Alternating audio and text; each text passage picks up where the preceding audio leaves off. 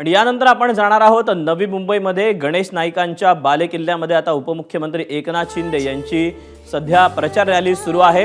ठाण्यामध्ये त्यांनी road show केला होता, त्यानंतर आता ठाण्याच्या बाजूलाच असलेल्या नवी मुंबईमध्ये आता विविध ठिकाणी उपमुख्यमंत्री एकनाथ शिंदेंकडून सध्या हा रोड शो केला जात आहे, शक्ती प्रदर्शन केले जात आहे।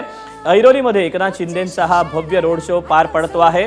खरतर नाईक आणि शिंदे या सगळ्या वादाची किनार या निवडणुकीतही आपल्याला पाहायला मिळते आहे। नवी मुंबईमध्ये युती जी आहे ती तुटलेली आहे। भाजप आणि शिवसेना हे वेगवेगळे लढत आहेत, त्यामुळे अर्थातच गणेश नाईक असतील किंवा उपमुख्यमंत्री एकनाथ शिंदे असतील या दोघांची देखील प्रतिष्ठा आता पणाला लागलेली आहे। आणि अशातच आता मोठं शक्ती प्रदर्शन करत आपल्या अधिकाधिक जागा निवडून याव्यात यासाठी आता पक्षातले जे प्रमुख नेते आहेत ते प्रचाराची धुरा सांभाळत असताना खुद्द उपमुख्यमंत्री एकनाथ शिंदे हे देखील आता प्रचाराच्या मैदानात उतरलेले आहेत। उमेदवारांच्या समवेत हा रोड शो त्यांचा सध्या केला जातोय। गणेश नाईकांचा हा बालेकिल्ला आहे। वर्षानुवर्षे इथे गणेश नाईकांची सत्ता राहिलेली आहे आणि याच सत्तेला कुठेतरी छेद द्यावा यासाठी आता शिवसेना ही वेगळी लढते आहे। शिवसेनेकडनं आपले उमेदवार जे आहेत त्यांना सोबत घेऊन आता उपमुख्यमंत्री एकनाथ शिंदेंचा हा भव्य रोड शो ऐरोलीमध्ये सध्या पाहायला मिळतोय। ऐरोली असेल, घणसोली असेल, पुढच्या अनेक भागांमध्ये आता हा रोड शो जाणार आहे आणि त्यानंतर प्रचार सभा देखील ते घेण्याची शक्यता वर्तवण्यात आलेली आहे।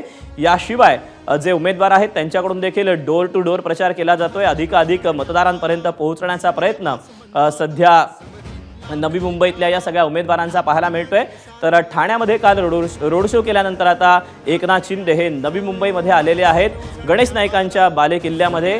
गणेश नाईकांनी देखील ठाण्यामध्ये काही दिवसांपूर्वी जनता दरबार घेतला होता आणि त्याच वेळेला ही कुठेतरी जे चित्र होतं ते स्पष्ट झालेलं होतं। अर्थात राजकीय जे शत्रुत्व आहे या दोघांमधलं हे देखील पाहायला मिळालेलं होतं। काही दिवसांपूर्वी गणेश नाईक आणि एकनाथ शिंदे यांची देखील एक बैठक झालेली होती।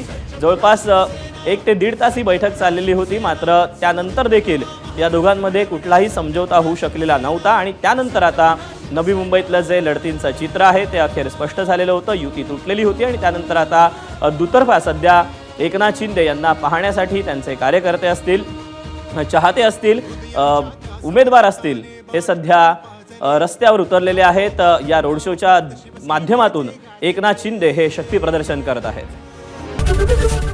एबीपी माझा, उघडा डोळे बघा नीट।